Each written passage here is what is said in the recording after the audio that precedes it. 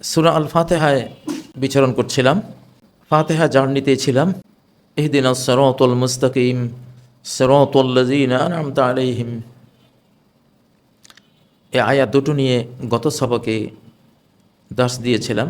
আজকেও 6 নম্বর আয়াত সিরাতাল লাযিনা আন'আমতা আলাইহিম, এই আয়াত নিয়ে কথা বলবো এবং শেষ আয়াতটি নিয়েও আশা করি ইনশাআল্লাহ কথা বলবো। তো ইহদিনাস সিরাতাল মুস্তাকিম, আমাদেরকে সিরাতে মুস্তাকিম বয়ান করে দিন, ক্লিয়ার করে দিন। সেটা কি? ঈমান কি, ইসলাম কি, এহসান কি, সালাত কি জিনিস, জাকাত কি জিনিস, সিয়াম কাকে বলে, হজ কি জিনিস, এসবই তো সিরাতে মুস্তাকিমের পার্ট। এখন কোরবানির মৌসুম, কোরবানি কি জিনিস, মানুষের একেবারে আমল, তার আখলাক বা চরিত্র, তার ইবাদাত, তার আকায়েদ বা বিশ্বাসগত বিষয়গুলো, তার মুআমালাত লেনদেনগুলো, তার দণ্ডবিধিগুলো, এই সব ক্ষেত্রেই সিরাতে মুস্তাকিম বিস্তৃত রয়েছে। ফরজ, ওয়াজিব, সুন্নাত, মুস্তাহাব, মুবাহ বা সাধারণ বৈধ জিনিস, এই 5টি স্টেজে, 5টি পথেই সিরাতে মুস্তাকিমের বিষয়গুলো জড়িয়ে আছে।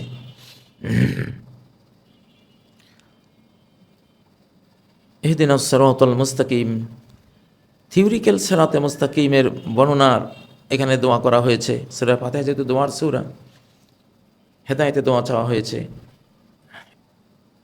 আর কোনো দোয়া সুনির্দিষ্টভাবে চাওয়া হয়নি। ওয়া ইয়্যাকা নাস্তাঈনের মধ্যে তোমারই কাছে আমরা সাহায্য চাই, এর মধ্যে সকল কিছু চাওয়া হয়েছে, কিন্তু একটা জিনিসকে খাস করে স্পেশালভাবে চাওয়া হয়েছে, সেটা হলো আস-সিরাতুল মুস্তাকিম। কারণ হেদায়েত, সিরাতে মুস্তাকিমের হেদায়েত দিন দুনিয়ার সমস্ত নাজ নেয়ামত, সুখ শান্তি, নাজাত, মুক্তি, সফলতা সব কিছুকে সামিল করে নেয়। হেদায়েতের ভিতরে সব কিছু। তো থিওরিক্যাল হেদায়েতের পাশাপাশি হেদায়েত প্রাপ্তদের সাথে চলারও একটা এখানে কর্তব্য আছে, সোহবত আছে, সোহবত। নবী সাল্লাল্লাহু আলাইহি সাল্লাম শুধু তার যারা উম্মাহ ছিলেন, তার সমকালীন সাহাবায়ে কেরাম ছিলেন, তাদের কাছে কোরআন দিয়েই তাদেরকে বিদায় করে দেননি, যে কোরআন দিয়ে দিলাম তোমরা গিয়ে আমল করো, পড়ো না। তাদেরকে সাথে রেখেছেন। কেউ একদিন না আসলে খোঁজ নিয়েছেন, সে কেন আসলো না, কোথায় গেল। মা ফাআলা সাবিত, সাবিত কেন নাই আমার কাছে, অমুক কেন নাই। ইয়াতাফাক্কাদু আসহাবা, তিনি তার সহচরদের সবসময় হারিয়ে গেলে খোঁজ নিতেন। কেউ না আসলে অনুসন্ধান চালাতেন, কেন আসলো না, মানে আসতে হবে, জরুরি, সাহচর্য জরুরি। যেই কোনো মানুষকে, মুমিনকে, একজন আলেমের ছাত্র হওয়া, তার সাহচর্য গ্রহণ করা খুবই জরুরি, অত্যন্ত জরুরি, ওস্তাদের সাহচর্য। সেজন্যই ইহদিনাস সিরাতাল মুস্তাকিমে এখানে যে হেদায়েত চাওয়া হয়েছে, হেদায়েতুল বায়ান ওয়াল ইরশাদ, বর্ণনার হেদায়েত চাওয়া হয়েছে, হেদায়েতুত তৌফিক ওয়াল ইলহাম, তৌফিক এবং ইলহামের হেদায়েত। মানে তুমি তো বায়ান করেছো, কারণ শুধু বায়ান শুনেই তো আমার যথেষ্ট হবে না, তুমি আবার আমাকে তৌফিক দিয়ে দাও এই বায়ান অনুসারে চলার তৌফিক দিয়ে দাও, ইলহাম করে দাও আমার অন্তরে, যে আমি যাতে তোমাকে ভালোবেসে তোমার ভালোবাসার এই সিরাতে মুস্তাকিমে বিনয়ী হয়ে আমি ধাবমান হতে পারি, চলতে পারি। সে হেদায়েত তৌফিকে ওয়াল ইলহাম, এই হেদায়েত দাও। আবার আখেরাতে আমার জান্নাত কোথায় আমি তো দেখিও না, জানিও না, সেখানেও আমাকে পথ দেখিয়ে দিও, যে আমার জান্নাতটা ওই ভুবনে, ওই গ্যালাক্সিতে বা ওইখানে আছে, সেখানে আমাকে তুমি নিয়ে যেও। তো হেয়ার অ্যান্ড হেয়ার আফটার, দিন এবং দুনিয়া, দুনিয়া আর আখেরা জোড়া এই হেদায়েত, যেখানে যা লাগবে। তাহলে ইহদিনাস সিরাতাল মুস্তাকিমকে শুধু যথেষ্ট মনে করেননি আল্লাহ তাআলা, সাথে সিরাতাল লাযিনা আন'আমতা আলাইহিমকে জড়িয়ে দিয়েছেন, যে হেদায়েত প্রাপ্তদের সাথী হতে হবে তোমাকে। কারণ আর শয়তান জিবুল ইনসান, শয়তান মানুষের নেকড়ে বাঘ, সে মানুষকে খায় মানে ধ্বংস করে। যেমন হরিণ, কোনো হরিণের পাল থেকে বিচ্ছিন্ন হলে তখন নেকড়ে বাঘ তাকে টার্গেট করে, বা পাল থেকে বিচ্ছিন্ন করেই টার্গেট করে, গোটা পালকে একসাথে টার্গেট করতে পারে না। শয়তানও মানুষ জামাতবদ্ধ থাকলে ওখানে টার্গেট করতে পারে না, একলা হলেই টার্গেট করে। এই জন্য সাহচর্য প্রয়োজন। হ্যাঁ, হেদায়েত প্রাপ্তদের সাহচর্য এক অমূল্য রতন। কত পাথরের মতো পাষাণ হৃদয়ের মানুষও মমূর্ছেও বিগলিত হয়ে গেছে হেদায়েত প্রাপ্তদের সাথী হয়ে। কারণ হৃদয় থেকে হৃদয়ে নূরগুলো চলে যায়, আবেগগুলো চলে যায়। একটা পুণ্যাত্মা থেকে আরেকটি আত্মায় পুণ্যের সেই আলো বিচ্ছুরিত হয়ে যায়। সেজন্য সোহবত লাগে। আজকে এটা বড় অভাব আমাদের সমাজে। মানুষ বই পড়ে, ওয়াজ শোনে, কিন্তু আলেমের সান্নিধ্যে যেতে চায় না। পীর মুরিদির একটা তরিকা আছে, কিন্তু সেটা না, সেখানে আর কয়জনের বা যায়, সেখানে অনেক কুসংস্কার জড়িয়ে গেছে। কিন্তু একজন আলেমের ছাত্রের মধ্যে কোনো কুসংস্কার থাকে না। একজন ওস্তাদের কাছে কোটি কোটি ছাত্ররা যায়, পড়ে, অঙ্ক শিখতে যায়, ইংরেজি শিখতে যায়, সায়েন্স শিখতে যায়। তেমনি দিন শিখতেও ওস্তাদ লাগবে। এখানে কোনো কুসংস্কার নেই। এটা নবীজি থেকে শুরু করে এই পর্যন্ত চলমান একটি পুণ্যময় ধারা, নৌরানি ধারা। যেন আলেমদের ছাত্র হতে হবে। কেন? তাদের সিনা থেকে নূরটা যাতে আপনার সিনায় চলে আসে। আমরা যেমন আলেমদের ছাত্র হয়েছিলাম, শত শত আলেমদের ছাত্র হয়ে আল্লাহ থেকে আসা এই নূর, আমরা আল্লাহ থেকে জিবরাইলের মাধ্যমে, মুহাম্মদ সাল্লাল্লাহু আলাইহি সাল্লামের মাধ্যমে আসা এই নূরকে আমরা ধারণ করার চেষ্টা করেছি। যে যতটুকু পেয়েছে, যা তৌফিক আল্লাহ দিয়েছেন, আলহামদুলিল্লাহ, সেটা দিয়ে তারা আলোকিত হয়েছেন। তো জনগণেরও উচিত আলেমদের ছাত্র হওয়া। কারণ আলেম অভিশপ্ত নয়, আলেমের ছাত্র আলেমন ও মুতাআল্লিমুন। একজন আলেম কখনো অভিশপ্ত নয়, একজন আলেমের ছাত্র আলেমের ইলমের বরকতে সেও অভিশাপ মুক্ত, সেও অভিশপ্ত নয়। তো এজন্য সিরাতাল লাযিনা আনআমতা আলাইহিম এটা লাগবে, হেদায়েতের জন্য এটা লাগবে। সেই জন্যই নবীজির ছাত্রদেরকে বলা হয় সাহাবী। তার সহবতে থাকা, তার সাহচর্যে থাকা মানুষগুলো তার সহবতে ছিলেন, তার সাথী হয়েছিলেন। আজকে অনেক নাস্তিকরাও কমরেড কি সাথী, বিভিন্ন রাজনৈতিক দলেরও সাথী আছে, সদস্য আছে, নাস্তিকদের কমরেডও আছে। সাহাবী এটা নবীজি থেকেই আসা, ওনার থেকে নেওয়া, ওনার থেকে নিয়েছে। কেউ ভালো পথে ব্যবহার করেছে, কেউ মন্দ পথে ব্যবহার করেছে, কিন্তু মূল চেতনাটা, শিক্ষাটা, স্ট্রাকচারটা, ডিজাইনটা নবীজি থেকে আসছে। তিনি এটা করেছিলেন, একদম সাথী বানিয়ে নিয়েছিলেন। এটা ধান গাছ থেকে যেমন তার চারপাশে ধান গাছের চারাগুলো, কিশলয়গুলো উদ্গত হতে হতে হতে চিকন একটা ধানের গোছা এতটুকু গোছায় পরিণত হয়। কাজারাইন আখরাজা শাতআহু ফাজারাহু ফাস্তাওলাজা ফাস্তাওয়া আলা সুকি। একটা কিশলয়, সে তার কিশলয়গুলোকে আরও আরও আশপাশে অনেকগুলো পুল সে বের করলো, ফাস্তাওলাজা, সেগুলো মোটা হলো, ফাস্তাওয়া আলা সুকি, একবারে ঠায় দাঁড়িয়ে গেল শক্ত হয়ে। এত বড় গোছা ধান গাছ যারা লাগান, দেখেন না, একটা লাগান একটার পরে এতগুলো হয়, শক্তিশালী হয়। একটা সোহবত মানে সাথিত্ব, সাহচর্য, একসাথে থাকার একটা সিস্টেম তৈরি হয়, তাহলে সেটা অনেক মজবুত হয়। এজন্যই আলেমদের সোহবত লাগে, সাহচর্য লাগে। সিরাতাল্লাযীনা আন'আমতা আলাইহিম, আমাদেরকে দেখিয়ে দেন তাদের পথ যাদেরকে আপনি নেয়ামত দিয়েছেন। সরল সঠিক পুণ্য পন্থা মোদের দাও গো বলি, চালাও সে পথে যে পথে তোমার প্রিয়জন গেছে ছড়ি। গোলাম মোস্তফা সাহেব সুন্দর অনুবাদ করেছেন। তো সিরাতাল্লাযীনা আন'আমতা আলাইহিম, এখন এখানে প্রশ্ন হলো যে তাদের পথ যাদেরকে আপনি নেয়ামত দিয়েছেন, এরা কারা? সূরা নিসা আল্লাহ তাআলা বর্ণনা করেছেন, মিনান নাবিয়্যিনা ওয়াস সিদ্দীকিনা ওয়াশ শুহাদা'i ওয়াস সালিহিন নবী, সিদ্দিক, শহীদ, সালেহীন। নবী কারা? যারা আল্লাহর পক্ষ থেকে সংবাদপ্রাপ্ত মেসেঞ্জার। সিদ্দিক কারা? পরম সত্যবাদী, ইসলামে যা সে মুখে বলে, ইসলামের বাণী, তা সে বাস্তবে, সেই ক্ষেত্রে সে অন্তরে বিশ্বাস করে, অঙ্গ প্রত্যঙ্গ দিয়ে বাস্তবায়ন করে। সিদ্দিক আল্লাহর বাণী, রাসূলের বাণীকে সত্য বলে পরমভাবে বিশ্বাস করে এবং নিজে ইসলাম সম্বন্ধে যা উক্তি করে পরম সত্য রূপেই উক্তি করে, বাস্তবে সে তা। সে যদি বলে আমি মুমিন, বাস্তবে সে মুমিন। সে যদি বলে হ্যাঁ আমি তাকে অনুশীলন করি, বাস্তবে সে তাকে অনুশীলন করে। সে যদি বলে যে আমি সালাত পড়ি, বাস্তবে সে একজন মুসাল্লি। সিদ্দিক পরম সত্যবাদী। আর শহীদ তো আমরা জানি, আল্লাহর পথে যারা জীবন দেয় তারা শহীদ। অসলেহীন, সলেহীন যারা সৎ, যারা যোগ্য, সাধারণ মুমিনদের মধ্যে যারা, যাদের দিলটা আল্লাহর একত্ববাদ দিয়ে শিরিক মুক্ত হয়ে সলাহ অর্জন করেছে। আলা ওয়া ইন্না ফিল জাসাদি লামুদগা ইযা সলুহাত সলুহাল জাসাদু কুল্লু।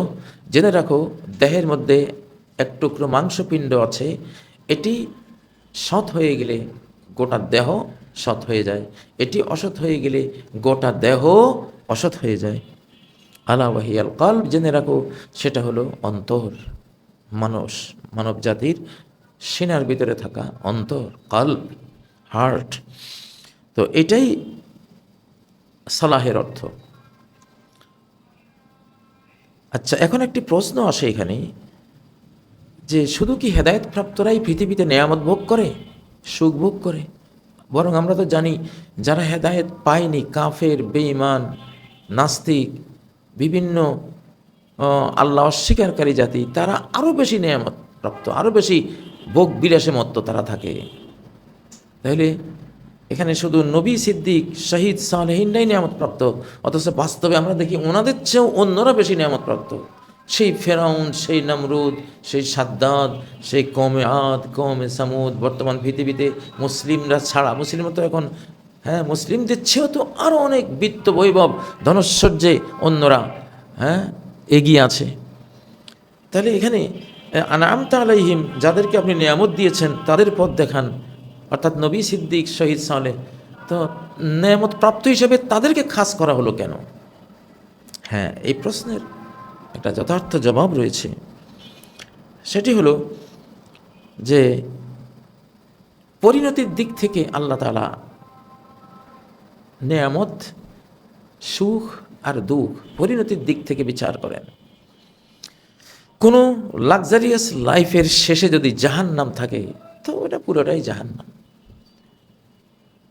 ইয়াকুলুল কাফিরু ইয়া লাইতানি কুনতু তুরাবা, কাফির বলবে সেদিন, হায় রে যদি মাটি হয়ে যেতে পারতাম। মৃত্যু কামনা করবে, যদি মরে গিয়ে মাটি হয়ে যেতে পারতাম, সেটা তো পারি না, মরতেও তো পারবো না, আজকে এই আগুনের কঠিন শাস্তি ভোগ করতে হবে। দুনিয়ার সবচেয়ে বেশি নেয়ামত প্রাপ্ত কাফেরকে জাহান্নামে একবার ছুবিয়ে চোখের পলকে তাকে তুলে আনা হবে, জিজ্ঞাসা করা হবে তুমি সুখ বলতে কোনো কিছু ভোগ করেছিলে পৃথিবীতে? সে বলবে জাহান্নামের এই চোখের পলকে রেখে আপনি তুলে আনলেন। শরীরের রন্ধ্রে রন্ধ্রে এমন দুঃখ, বেদনা, যন্ত্রণা প্রবেশ করেছে। সুখ কাকে বলে এই শব্দটাই আমার জানা নেই। আমি জীবনে কোনোদিন সুখ বলতে কি আমি পাইও নি, আমি জানিও না।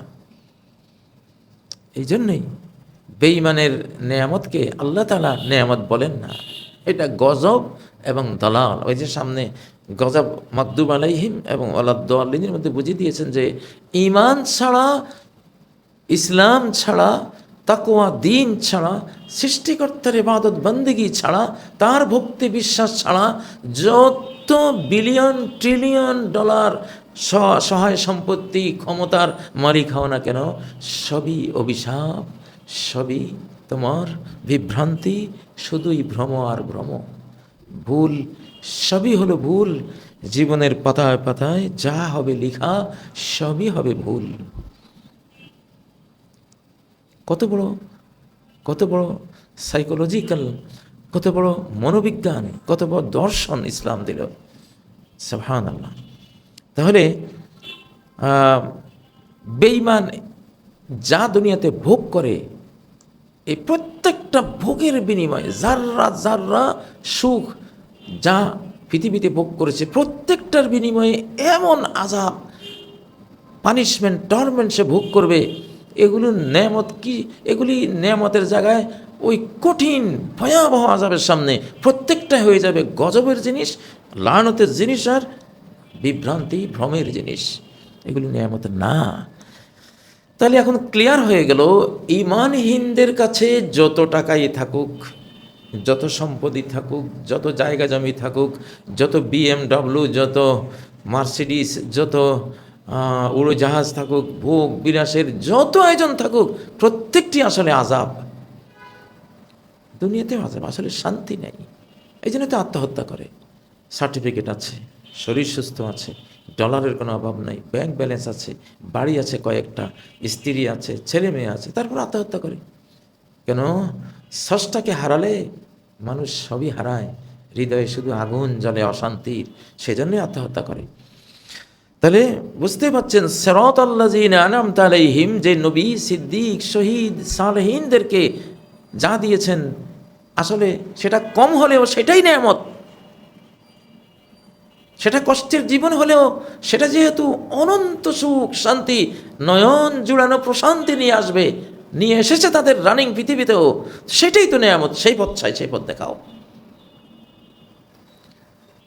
মুনাফিক কাফেরদের নেয়ামত সম্বন্ধে আল্লাহ কি বলেছেন? সূরা তাওবা 2 বার বলেছেন, ফালা তুজিবকা আমওয়ালুহুম ওয়ালা আওলাদুহুম। বেঈমানদের, মুনাফিকদের তাদের সম্পদ, তাদের সন্তান, ধনবল জনবল দেখে অভিভূত হইও না। অভিভূত হওয়ার কিছু নেই, কারণ এগুলো আযাব। ইন্নামা ইউরিদুল্লাহু লিয়ুআযযিবাহুম বিহা। আল্লাহ চান এই সম্পদ দিয়ে, ধনবল জনবল দিয়ে তাকে একটা মানসিক আযাব দেবেন দুনিয়াতে, আর আখিরাতে তো জাহান্নামের আযাব আছে। আল্লাহ আযাবের জন্য এই সম্পদ দিয়েছেন। সম্পদ গুনতে গুনতে গুনতে জামা মাল আদাদা, খালি মাল জমা করে, রাত নাই দিন নাই, পরিশ্রম আর পরিশ্রম। স্ত্রীর কাছে যাওয়ারও তার টাইম নেই, ছেলে মেয়েদেরকে দেখার সময় নেই, শুধু মাল আর মাল কামাই করতে করতে জীবন শেষ। ঘুমও নেই ঠিক মতো, হিসাব নিকাশ করতে করতে যান শেষ। একটা আযাব, কোনো বিশ্রাম নাই, কোনো আরাম নাই। শুধু কেবল 1 কোটি টাকা পেলে 2 কোটি টাকার লোভ, 2 পাইলে 4 কোটি টাকার লোভ, 4 পাইলে 8 কোটি টাকার লোভ, চিরভোগী। আসল ভিখারি হলো সে। নাফসুন লা তাশবার, যার মন কখনো ভরে না। চোখের এই ছোটো ছোটো 2টা গর্ত, সারা পৃথিবী এই 2টারে ঢাললেও এই 2টা ভরবে না। লোভীর চোখ এরকম গর্ত, দেখতে ছোট দেখা গেলে কি হয়, সারা পৃথিবী ঢাললেও সে কইবে হালমিন মাজিদ, আরো দাও। তো সিরাতাল্লাযীনা আনআমতা আলাইহিম, আসলে আল্লাহ বলছেন কি, ইন্নামা ইউরিদুল্লাহু লিয়ুআযযিবাহুম বিহা ফিদ দুনিয়া ওয়া তাযহাকা আনফুসুহুম ওয়া হুম কাফিরুন। আল্লাহ তাআলা চান তাদেরকে দুনিয়াতে আযাব দিবেন, ফিল হায়াতিদ দুনিয়া, দুনিয়ার হায়াতে এই সম্পদ দিয়ে আযাব দিবেন, আর কাফের অবস্থায় অতি কষ্টে তাদের প্রাণবায়ু বের হয়ে যাবে দুনিয়ার মোহের কারণে, পাপের কারণে। তাহলে বেঈমানের সম্পদ দেখে অভিভূত হবেন না, বরং আল্লাহর কাছে পানা চাইবেন। কারুনের সম্পদ দেখে, একটু আগে যারা বলেছিল ইয়া লাইতা লানা মিসলামা উতিয়া কারুন, হায়রে কারুনের এত জাঁকজমক, এত জৌলুস, এত সম্পদ, হায়রে আমাদের যদি হতো। কিন্তু কিছুক্ষণ পরে যখন সে তলিয়ে যাচ্ছিল, তখন কি বলল? ওয়াইকা আন্নাল্লাহ, হ্যাঁ ওয়াইকা লাউলা আম্মান্নাল্লাহু আলাইনা লাখাসাবাবিনা। হায়রে সর্বনাশ, আল্লাহ দয়া করেছেন যে এত সম্পদ আমাদেরকে দেন নাই। ওর মতো এত টাকাওয়ালা হইলে আমরাও তো এরকম মাটির নিচে তলিয়ে যেতাম। আল্লাহ আল্লাহ আল্লাহ, তুমি বাঁচিয়েছ। তো ঈমান ছাড়া সম্পত্তি কি নেয়ামত না আযাব? নেয়ামত না লানত? লানত। দলিল কি? গায়রিল মাগদুবি আলাইহিম ওয়ালাদ-দাল্লিন। হেদায়েত পায়নি, তার সমস্ত দুনিয়ার ভোগের জিনিস, সুখের জিনিস হয়ে গেছে গজবের জিনিস, হয়ে গেছে লায়নতের জিনিস, হয়ে গেছে তার ভ্রমের জিনিস, তার অশান্তির জিনিস, অন্ধকারের জিনিস, তার হারিয়ে যাওয়ার জিনিস। সিরাতাল্লাযীনা আনআমতা আলাইহিম, এই সূরাটি তো প্রতি রাকাতে আমরা পড়ি। এর প্রতি অক্ষরে অক্ষরে এক একটা দর্শন আল্লাহ দিয়েছেন। বিশাল বিশাল মানুষের দেহজাগতিক, মনোজাগতিক, পারলৌকিক, ইহলৌকিক সমস্যাগুলোর সমাধান দিয়েছে। সিরাতাল্লাযীনা আন'আমতা আলাইহিম, যাদেরকে আপনি নেয়ামত দিয়েছেন তাদের পথে আমাদেরকে চালান। তারা মুসলিম ছিলেন, আমাদেরকে মুসলিম বানান। তারা মুমিন ছিলেন, আমাদেরকে মুমিন বানান। তারা মুত্তাকি ছিলেন, আমাদেরকে মুত্তাকি বানান। তারা মুসাল্লি ছিলেন, মুকিমুস সালাত ছিলেন, আমাদেরকে মুসাল্লি সালাত প্রতিষ্ঠাকারী বানান। তারা পবিত্র চরিত্রের অধিকারী ছিলেন, আমাদেরকেও পবিত্র চরিত্রের অধিকারী করুন।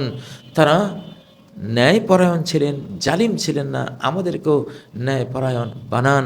তারা বড় দয়ালু প্রকৃতির মানুষ ছিলেন, রহমদিল ছিলেন, আমাদেরকেও দয়ালু বানান। মানে আপনি হেদায়েতের, সিরাতে মুস্তাকিমের বা ইসলামী আমলগুলো বিল ইস্তেকরা হিসাব করে আনুমানিক 5 লক্ষ যে বিধিবিধান পাওয়া গেছে, এর প্রত্যেকটাই সিরাতে মুস্তাকিমের সাথে জড়ানো। সিরাতে মুস্তাকিমের সাথে জড়ানো। আমাদেরকে এসব সঠিক পয়েন্টগুলো, মাসআলাগুলো, বিশ্বাসগুলো, বক্তব্যগুলো, দর্শনগুলো আপনি জানিয়ে দেন, হেদায়েত করে দেন। সিরাতাল্লাযীনা আন'আমতা আলাইহিম, এরপরের আয়াত গায়রিল মাগদুবি আলাইহিম ওয়ালাদ-দাল্লিন,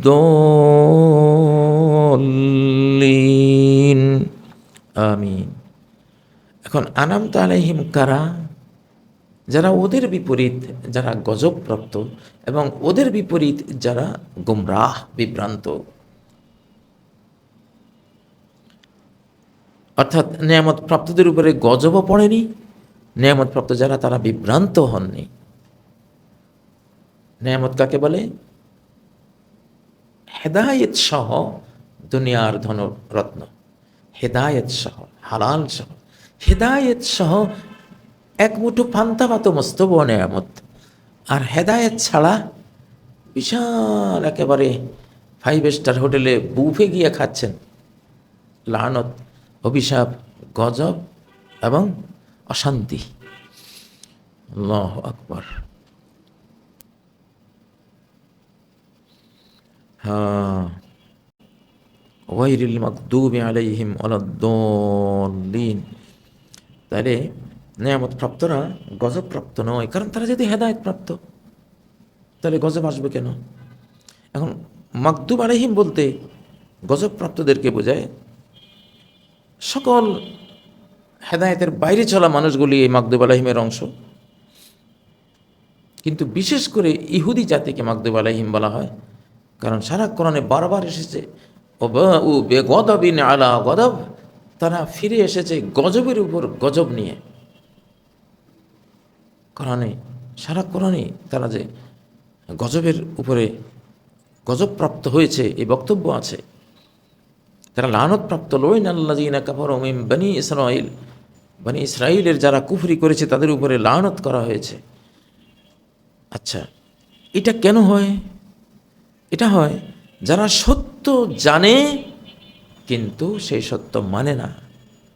জানা সত্ত্বেও কুওয়াতে ইলমিয়া, তার জ্ঞান শক্তি আছে, সে জানে, দৃষ্টিমান সে, কিন্তু তার ইচ্ছা শক্তিকে ঘুরিয়ে দিয়েছে সে দুনিয়ার ভোগের দিকে, মোহের দিকে। ইচ্ছা শক্তিকে, হেদায়েত প্রাপ্ত যে জিনিসটি, হেদায়েতের যে জিনিস যে জানতে পেরেছে, ইচ্ছা শক্তিকে সেদিকে, যেমন সালাত হক সে জানে, কিন্তু তার সংকল্প শক্তিকে সালাতমুখী না করে সে সিনেমামুখী করে দিল, তাই না? যাকাত সম্পদ হলে গরিবের কিছু হক দিতে হয়, এটা সে জেনেছে, কিন্তু গরিবকে না দিয়ে ওই টাকা দিয়ে মদ কিনে খেয়েছে। ইচ্ছা শক্তিতে সমস্যা তার। মানুষের ভিতরে দুটা শক্তি কাজ করে, আল কুওয়াতুল ইলমিয়া, আল কুওয়াতুল ইরাদিয়া, জ্ঞানগত শক্তি আর ইচ্ছা শক্তি। এখন জ্ঞান শক্তি যথেষ্ট নয়, কারণ জ্ঞান শক্তি এসেছে কিন্তু ইচ্ছা শক্তিটাকে গিয়ার আপ করেনি। একজন জেনেছে যে বাড়িতে আগুন লেগে গেছে, ডানে বামে আগুন দাউ দাউ করে জ্বলছে, কিন্তু ইচ্ছা শক্তি তাকে সেখান থেকে বের হতে উদ্বুদ্ধ করেনি, সে চলে গেছে। তো লাভ হলো কি জেনে? যখন ইচ্ছা শক্তি তাকে সেখান থেকে ঝাঁপিয়ে বের হওয়ার জন্য উদ্বুদ্ধ করতে পারতো, সে বেরিয়ে যেত, তখন তার এই জানার দ্বারা সে উপকৃত হতো। এই জন্য ইলমে নাফে নবীজি চাইতেন, আল্লাহুম্মা ইন্নী আসআলুকা ইলমান নাফিআ, এমন ইলম যেটা উপকার দেবে। এখন উপকার দেবে কিভাবে? ইচ্ছা শক্তি যদি জানা জিনিসের দিকে আপনাকে ধাবিত করে, গিয়ার আপ করে, পরিচালিত করে, তাহলে তো আপনি উপকৃত হলেন, নাহলে তো উপকৃত হবেন না। তাহলে যারা জ্ঞান পাপী, জেনে শুনে পাপ করে, তাদেরকে মাগদুব আলাইহিম বলে। এই যুগের মানুষ সুদ খায়, ঘুষ খায়, জিনা করে, ধর্ষণ করে, শিশু হত্যা করে, সবাই জানে যে এগুলো হারাম, এগুলি অবৈধ, এগুলি মহাপাপ, এগুলি আল্লাহ আল্লাহ রাসূলের বিরুদ্ধে যুদ্ধের সামিল, মানবতার বিরুদ্ধে যুদ্ধের সামিল, জানে তারপরেও করে। এটা গজবের জিনিস, গজবের কাজ, এদের উপরে আল্লাহর গজব পড়বে। তাহলে জেনে বুঝে যারা পাপ করে তারা কি মাগদুব আলাইহিম, গজবপ্রাপ্ত। সাধারণত ইহুদিরা, এদের পাণ্ডিত্যের অভাব নেই, এদের রেবাইরা ধর্মের ছাল বাকলা নিউক্লিয়াস পর্যন্ত খুঁজে বের করে। এরা জানে, জানার পর্যায়ে সব কিছু ক্লিয়ার এদের কাছে, কিন্তু মানে না। এই জন্য তাদের জ্ঞান নাফে হয় না, উপকারী হয় না, বরং লানত এবং গজব টেনে আনে।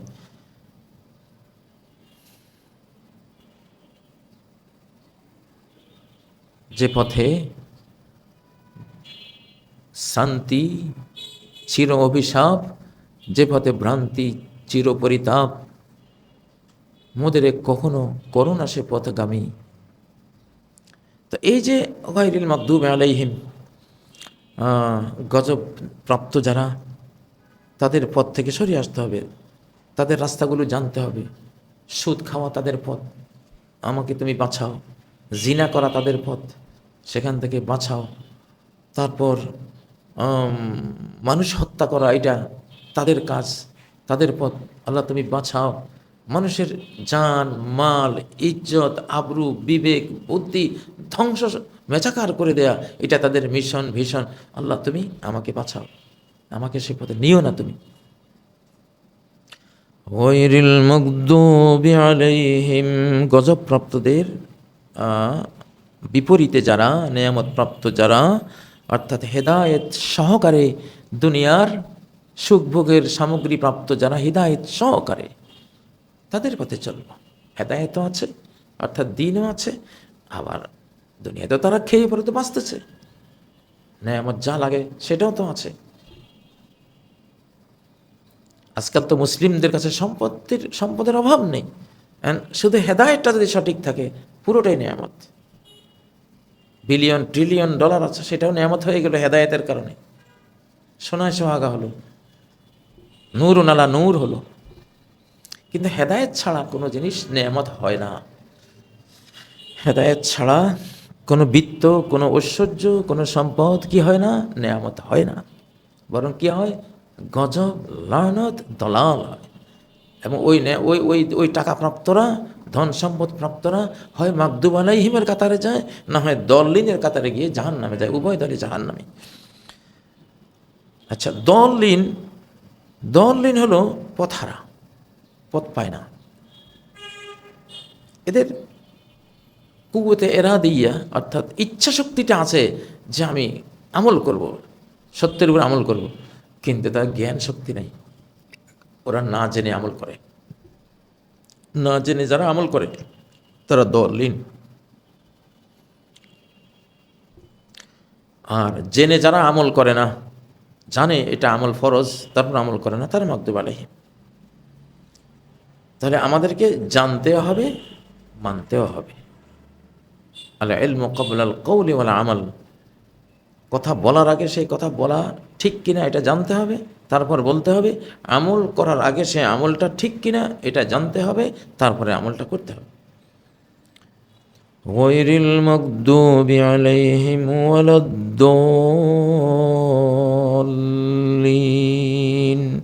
দল্লিন যদিও সকল গুমরাহ বিভ্রান্তকে বোঝানো হয়, কিন্তু খাস করে খ্রিস্টানদেরকে বোঝানো হয়, কারণ তারা ইচ্ছাশক্তি এটা ভালো, নিয়ত ভালো, কিন্তু নিয়ত ভালো ঈসা আলাইহিস সালামকে পূজা করে। তো নিয়ত ভালো হয়তো বাঁচতে পারবে না। একজনের নিয়ত খুব ভালো চিটাঙের ব্যাপারে, চিটাং যাচ্ছেন, নিয়তটা একবারে সঠিক খাঁটি, আমি চিটাং যাচ্ছি, কিন্তু যে ট্রেনে চড়ে বসেছেন সেটা দিনাজপুরের ট্রেন। এখন চলা শেষে উনি কোথায় পৌঁছলেন? চট্টগ্রাম না দিনাজপুর? দিনাজপুরে পৌঁছলেন। উনি যে নিয়ত করেছিলেন চট্টগ্রামের ব্যাপারে, খুব ভালো নিয়ত, সেটা পথের ভুলে বিভ্রান্তির কারণে সেটা বিফলে চলে গেছে। অতএব আমাকে ইচ্ছাশক্তিও সঠিক লাগবে, আবার জ্ঞানও থাকতে হবে যে এটাই কি সেই জিনিস যেটা আমি করতে চাচ্ছি, মানতে চাচ্ছি। যাই হোক, সংক্ষেপে বিশাল এই সূরা আল ফাতিহার একটুখানি তর্জমা শেষ করলাম সামান্য বয়ানসহ।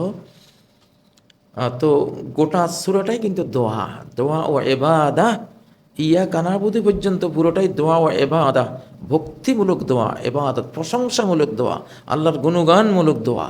গুণগানও একটা চাওয়া, গুণগান বড় যিনি তার গুণগান করাও ফকিরের জবানে, তার গুণগানটাও একটা ভিক্ষাবৃত্তি।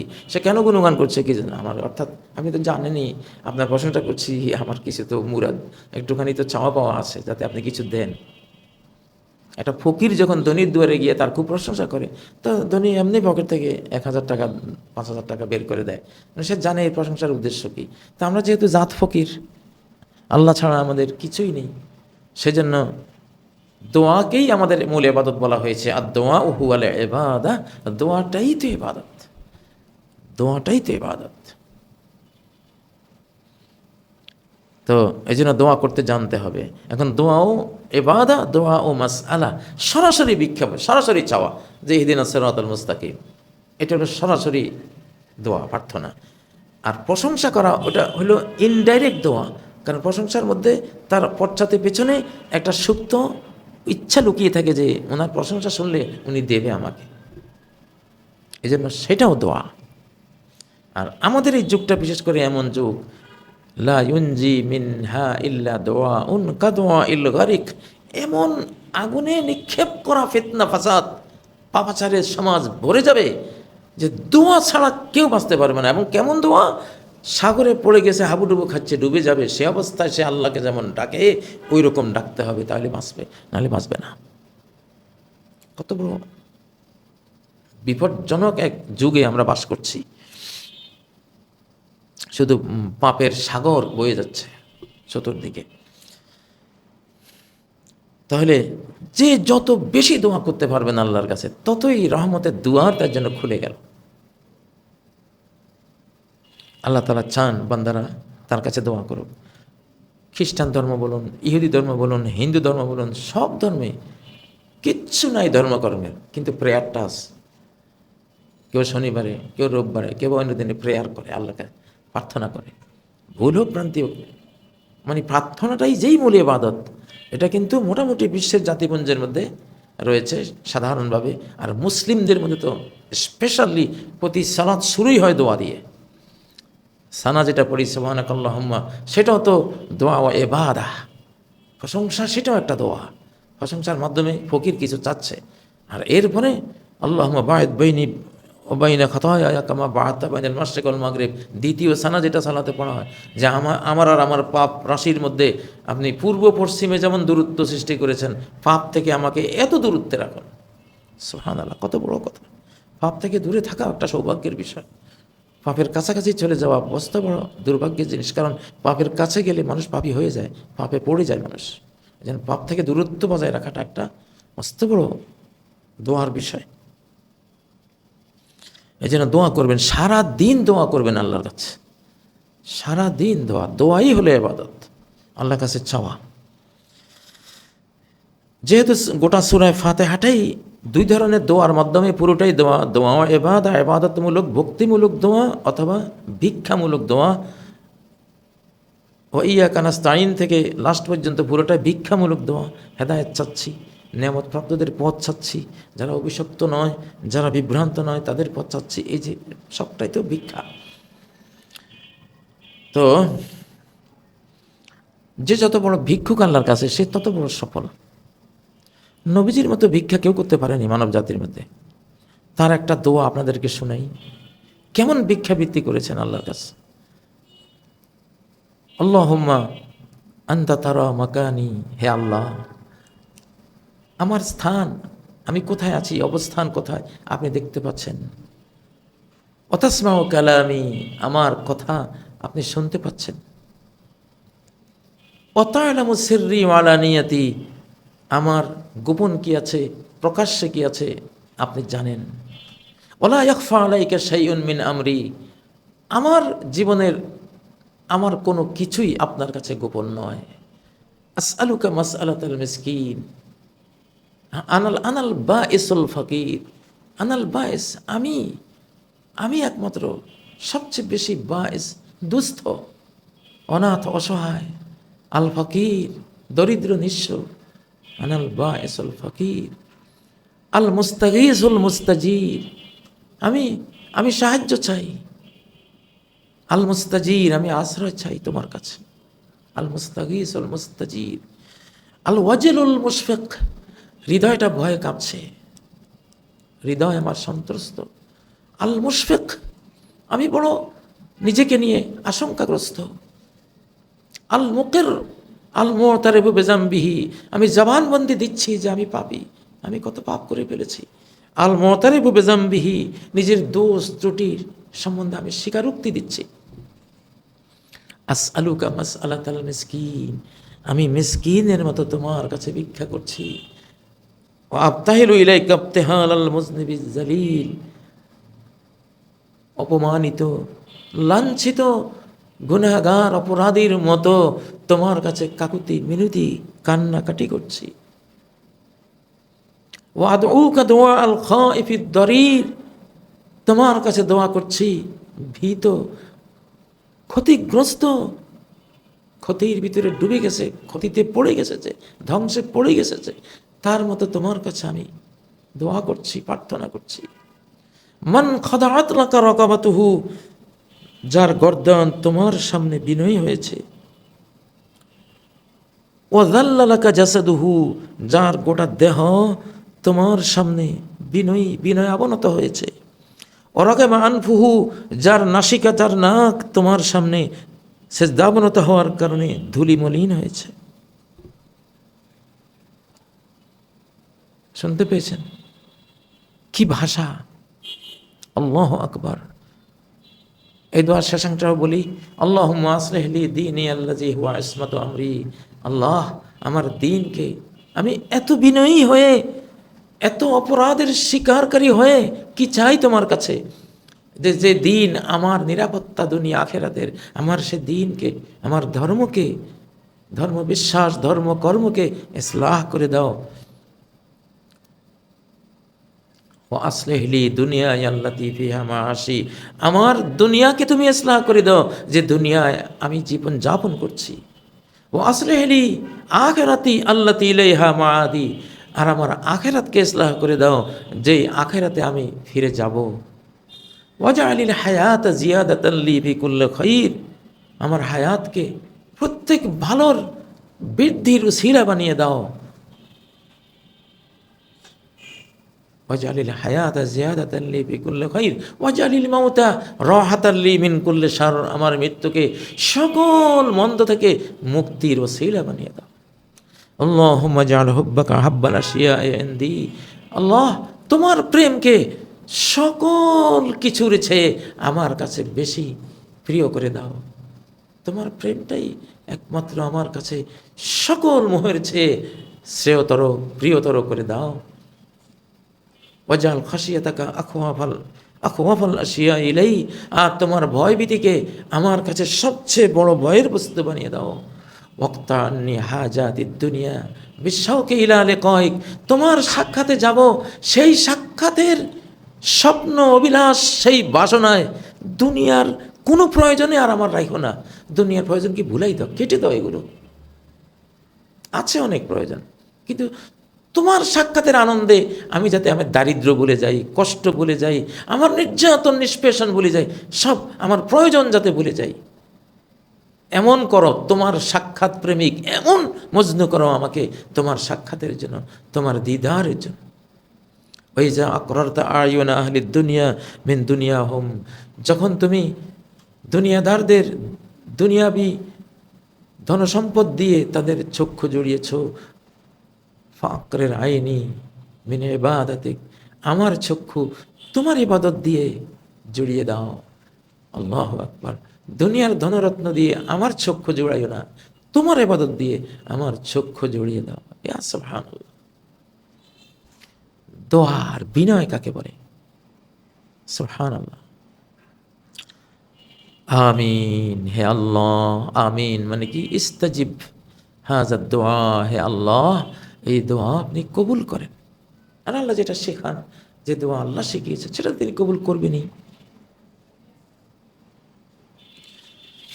আমরা মোটামুটি মক্কায় অবতীর্ণ আল কোরআনের প্রথম সূরা 7 আয়াত বিশিষ্ট, 1 রুকু বিশিষ্ট সূরা আল ফাতিহা তিলাওয়াত, তরজমা, কিঞ্চিত বিশ্লেষণ সহ আমরা আজকে সমাপ্ত করলাম। সুবহানাকাল্লাহুম্মা বিহামদিক, আশহাদু আল্লা ইলাহা ইল্লা আনতা, আস্তাগফিরুকা ওয়া আতুবু ইলাইক। আসসালামু আলাইকুম ওয়া রাহমাতুল্লাহি ওয়া বারাকাতুহু। এখন আমরা ইনশাআল্লাহ সহিহ আল বুখারীর যেই দারসুল হাদিসে যে পার্ট, আমরা সেখানে যাব। আমি বারবার বলি, থিওরিক্যাল কোরআন, প্র্যাকটিক্যাল সুন্নাহ। প্র্যাকটিক্যাল সুন্নাহ মানে প্র্যাকটিক্যাল কোরআন।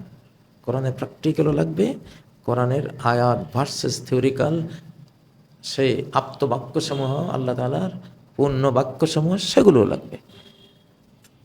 এই কোরআনও লাগবে, এই সুন্নাহও লাগবে, হাদিস লাগবে। দুইয়ে মিলে এক, দুইয়ে মিলে এক। একই সত্যের বক্তব্যরূপ, কথ্যরূপ, একই সত্যের কর্মরূপ, একই সত্যের বক্তব্যরূপ, একই সত্যের কর্মরূপ, দুইটাই তো লাগবে। সেজন্যই আল কোরআনুল কারীম সাথে আল হাদিসুস শরীফ। সহিহ বুখারীকে কেন বাছাই করেছি? সারা জীবনের সহিহ বুখারী পড়িয়েছি, জীবনের বৃহৎ শিক্ষকতার মূল পুরো অংশটাই প্রায়। আর সারা বিশ্বের সবচেয়ে বিশুদ্ধ হাদিসের গ্রন্থ হিসেবে এই কিতাবটি নিয়েছি। উদ্দেশ্য এই কিতাব নয় শুধু হাদিস, আল হাদিসুন নববী, আল হাদিসুন নববী রূপেই বুখারীকে নিয়েছি। কেউ যেন আবার এটা মনে না করেন সে শুধু বুখারী কেন, শুধু বুখারী না। তার আমার উদ্দেশ্য হলো নবী সাল্লাল্লাহু আলাইহি ওয়াসাল্লামের হাদিসসমূহ, তার সুন্নাহ। সেটা বুখারী আছে, সেটা মুসলিম শরীফে আছে, তিরমিজিতে আছে, হাজারো কিতাবের মধ্যে আছে। কিন্তু হাদিসের একটা গ্রহণযোগ্য কিতাব পড়লেই মোটামুটি হাদিসের উপরে একটা বিরাট জানাশোনা এসে যায়, সুন্নাহ সম্বন্ধে আইডিয়া এসে যায়। তাহলে আমরা এখন সহিহ বুখারীর যে হাদিসটি গত দর্শে ছিল, আব্দুল্লাহ বিন ইউসুফ বর্ণিত হাদিস, যেটি হারিস ইবনে হিশাম থেকে বর্ণনা করা হয়েছে, যে তিনি প্রশ্ন করেছিলেন, কাইফা, কিভাবে, ইয়াতিকা, আপনার কাছে আসে, আল ওয়াহি, ওয়াহি কিভাবে আসে। তো নবী সাল্লাল্লাহু আলাইহি ওয়াসাল্লাম বলেছিলেন, আহিয়ানান ফি কাসীরিন মিনাল আহওয়াল, অনেক সময়, ইয়াতিনি, ওয়াহি আসে আমার কাছে, মিথলা সলসলাতিল জারাস, ঘণ্টার ধ্বনির মতো। ঘণ্টার যে একটানা ধ্বনি, সেই ধ্বনির মতো। একটু সুর, আমি কিছু কথা বলেছি এটা নিয়ে। মোবাইলের রিংটোনের মতো বলতে পারেন। আধুনিক এই যুগের জেনজি প্রজন্ম বা আলফা প্রজন্মকে বুঝাবার জন্য যেটা মিসরা সলসলাতিল জারাস ওহু আসাদ্দুহু আলাইয়া, এটা আমার উপর অত্যন্ত কঠিন। তো এটা অন্তরে আসে, এটা খুব কঠিন। ইলেকট্রনিক ডিভাইসগুলো মানুষের ব্রেইনের উপরে, হার্টের উপরে, বিভিন্ন অঙ্গ প্রত্যঙ্গের উপরে কঠিন চাপ প্রয়োগ করে। এগুলো তো একটা কঠিন অবস্থা তৈরি করে, মাথা ব্যথা হয়ে যায়। কানে নিলে কান টনটন করা, ব্যথা করা শুরু করে দেয়। সিদ্ধাত আছে এগুলোর মধ্যে, অদৃশ্য একটা ওয়েব, একটা আঘাত করে, তাই না? তো নবীজির উপরে যে ওহিটা আসতো, সেটা তো অনেকটা এক্সাম্পলে আমরা বলতে পারি ইলেকট্রনিক যে ওয়েবগুলো আসে, অনেকটা এক্সাম্পল হিসাবে এটাকে দেয়া যায় যে ওইটা তো কেমন আল্লাহ ছাড়া কেউ জানে না, আলেমুল গায়ব আল্লাহ জানেন। কিন্তু দুনিয়ার এক্সাম্পলের মধ্যে ইলেকট্রনিক ওয়েবগুলোর গমনাগমনের সাথে কিছুটা উদাহরণ দেয়া যায়। আর যেহেতু কোরআনে আল্লাহ ওয়াদা করেছেন সানুরিহিম আয়াতিনা, আমার আয়াতগুলোতে কোথায় কি বলেছি আমি এক যুগে দেখাবো, এক যুগে শেষ যুগে দেখাবো। আসলে আমাদের এই যুগটা কোরআন শুধু বোঝার যুগ না, এটা দেখার যুগ। ওহি এখন কিভাবে আসছে শুধু শোনার যুগ না, ওহি দেখারও যুগ। ঠিকই আমরা এইসব ডিভাইস দিয়ে আমরা বুঝে ফেলতে পারছি কীভাবে ওহিটা আসছে, দেখতেছি যেন।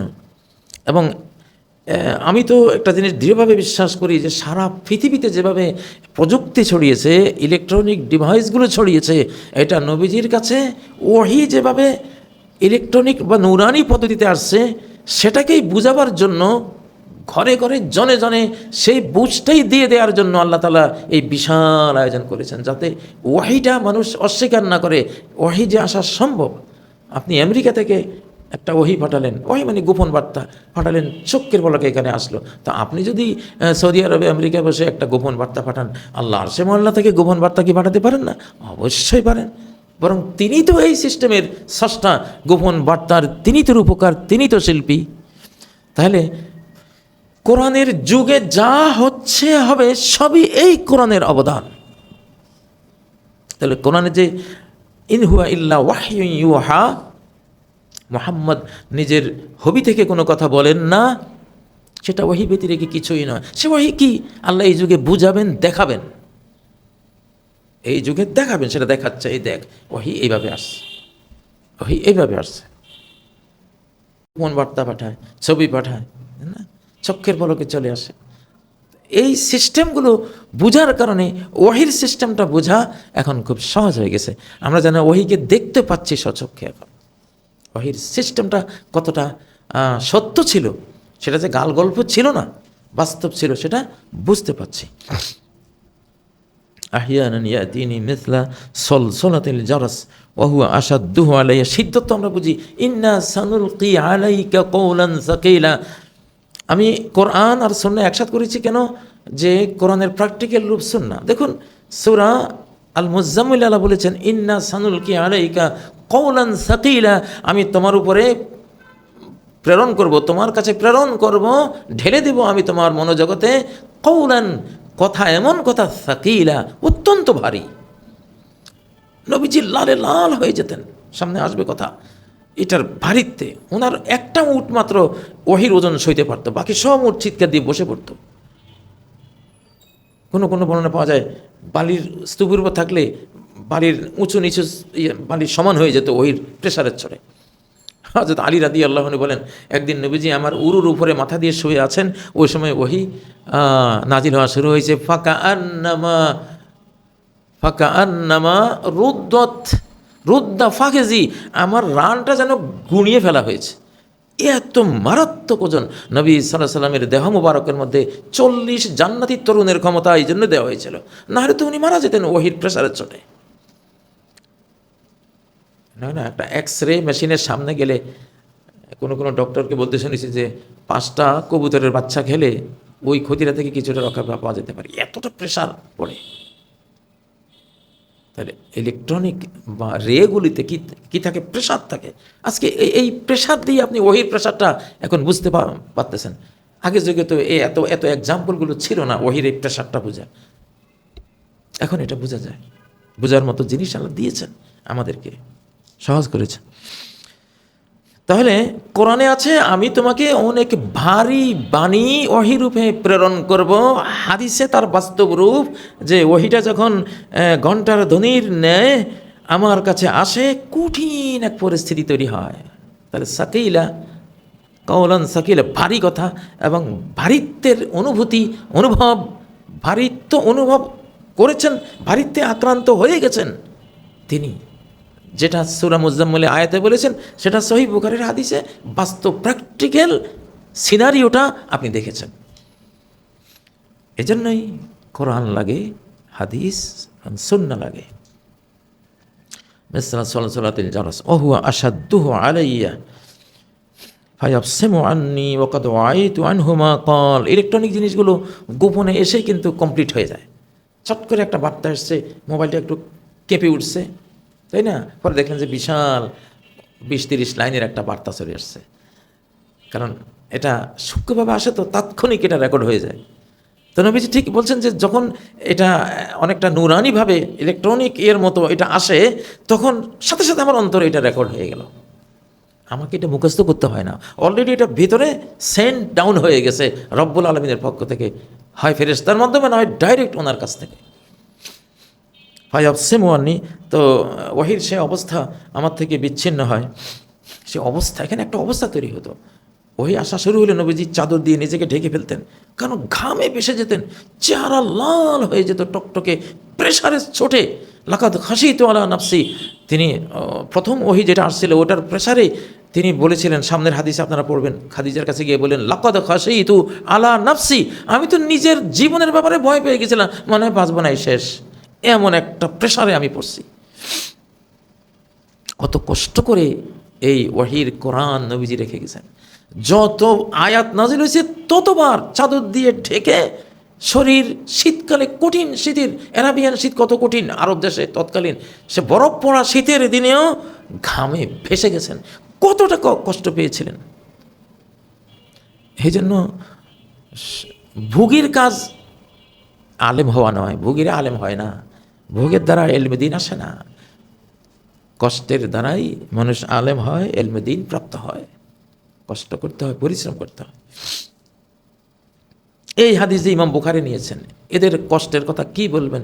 1 মাস সবর করে একটা হাদিসের জন্য গিয়েছেন, গিয়ে দেখলেন যে ওস্তাদের ঘোড়া ছুটে গেছে, তিনি ঘোড়াকে কাছে টানার জন্য একটা টুকরি, খালি টুকরি দিয়ে ঘোড়াকে লোভ দেখাচ্ছেন যে এই টুকরিতে ঘাস আছে, তুমি আসো, তোমাকে ঘাস খাওয়াবো। ঘোড়াকে তিনি প্রলোভন দিচ্ছেন, কিন্তু ইমাম বুখারী টুকরির দিকে তাকিয়ে দেখলেন টুকরিতে ঘাস নাই।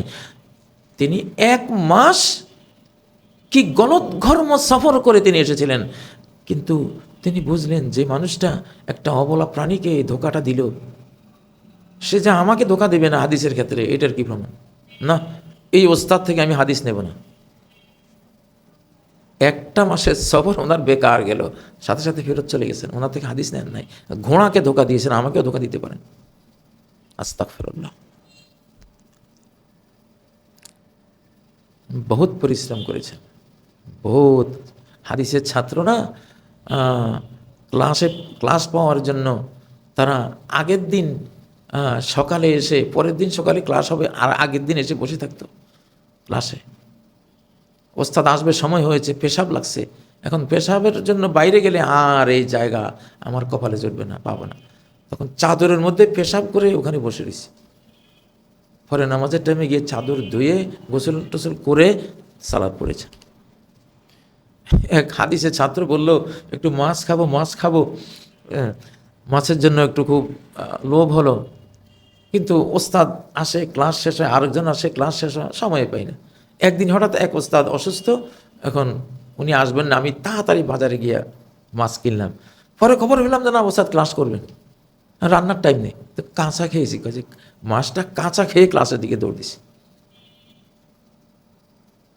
ইমাম শারবি বলতেন যে আমাদের সমাজে যখন খোরাসান, আফগানিস্তান, কাজাকিস্তান, তাজিকিস্তান এইসব অঞ্চল, হাদিসের এসব অঞ্চল দিয়ে কেউ যদি দৌড়তো রাস্তায়, আমরা দেখতাম একটা লোক দৌড়াচ্ছে, চান প্রাণ দিয়ে দৌড়াচ্ছে, তখন আমরা বলতাম ইম্মা সাহেব হাদিসিন আও মাজনুন, এই লোকটা হয় হাদিসের ছাত্র আর না হয় পাগল, কারণ এরকম দৌড়ায় হয় পাগলে। আর আমাদের সমাজে হাদিস যারা সংগ্রহ করতে যায় তাদেরকে এরকম দৌড়তে হয়, কারণ জায়গা পাওয়া যায় না। এমন হাজার হাজার ছাত্র এসে মৌমাছির মতো সেখানে জায়গা নেয়। কষ্টের জিনিস তো। স্বয়ং সাইয়্যিদুল মুরসালিন প্রত্যেকটা ওহীর সময় এইরকম কষ্ট করেছেন যে কষ্ট আপনাকে দিলে আপনি মারা যাইতেন সাথে সাথে। 40টা জান্নাতি তরুণের ক্ষমতা নিয়ে তার এই অবস্থা ছিল। ফায়াবসিমু আন্নী ওয়াকাদ ওয়াইতু আনহুমা ক্বাল ওয়া আহইয়ানান ইয়াতামাসসালু লিয়াল মালাকু রাজুলা, আবার কখনো মালাক বা ফেরেশতা মানুষের ছবিতে আসতেন। ফেরেশতারা নূরের তৈরি, এরা শাক্কাল আশকালির মুখতালিফা, যে কোনো শাকাল সূরত ছবি তারা ধরতে পারেন, ভালো ছবি ধরেন। জিনেরা ভালো খারাপ সব ছবিতে রূপান্তর হয়, কিন্তু ফেরেশতারা শুধু ভালো ছবিতে রূপান্তর, খারাপ ছবিতে রূপান্তর হন না। তো এবং মানুষের মধ্যে যারা খুব সুশ্রী সেই রাজকীয় ফিগারের মানুষ, শান্ত সৌম্য ভদ্র, সেসব মানুষের ছবি ধরেন। দহিয়াতুল কালবি রাদিয়াল্লাহু তাআলা আনহু, তিনি সাহাবীদের মধ্যে এরকম রাষ্ট্রদূত বানিয়ে নবীজি তাকে প্রেরণ করতেন, রাজকীয় ফিগারের মানুষ ছিলেন।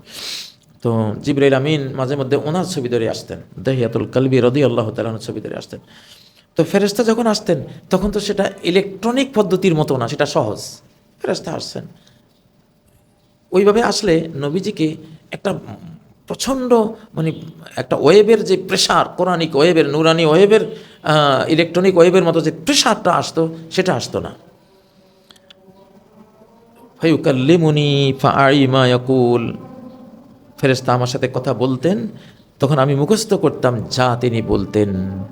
এখানে মুখস্থ করা লাগতো, কারণ তিনি বলছেন, এটা কোনো ইলেকট্রনিক মেসেজ নয় যে ওই পদ্ধতির নুরানি মেসেজ নয় যে আমার অন্তরে সরাসরি এসে গেঁথে গেছে। এটা হলো উনি মুখে বলবেন, আমি কানে শুনবো, অন্তরে যাবে, আমি মুখস্থ করব। মানে সাধারণ আমাদের যে মুখস্থ করার পদ্ধতি এইরকম। আজকে আমি এখানে রাখবো, যেহেতু আজান হয়েছে। ফাআরিমা ইয়াকুল এই পর্যন্ত থাকলো। আগামী সবকে ইনশাআল্লাহ এখান থেকে শুরু করব। সুবহানাকাল্লাহুম্মা ওয়া বিহামদিক, আশহাদু আল্লা ইলাহা ইল্লা আনতা, আস্তাগফিরুকা ওয়া আতুবু ইলাইক। আসসালামু আলাইকুম ওয়া রাহমাতুল্লাহি ওয়া বারাকাতুহু।